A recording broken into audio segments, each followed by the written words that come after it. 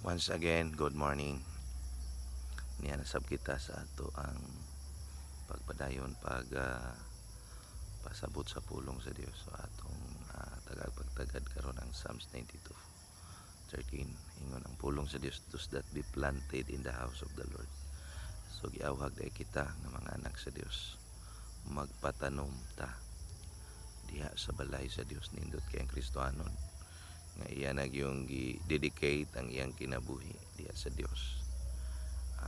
Naghimo na siya commitment diha sa Ginoo nga iyang ipatanom ang iyang kaugalingon diha sa balay sa Dios. So nindot kayo kung Kristohanon ta, ato yung ipatanom kanunay ang atong kinabuhi sa balay sa Dios. So meaning matag buluhaton na ata nagasuporta ta, matag panimbahon oron sa may kalihukan sa church, nindot kayo ang Kristohanon nga naa ang atong suporta. Unya unsay resulta shall flourish in the courts of our God.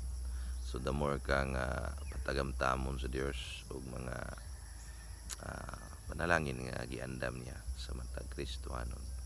So nindot nang tagamtaman pud nato ang mga panalangin nga giandam sa Dios.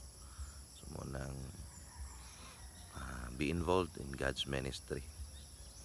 Alright, thank you for watching.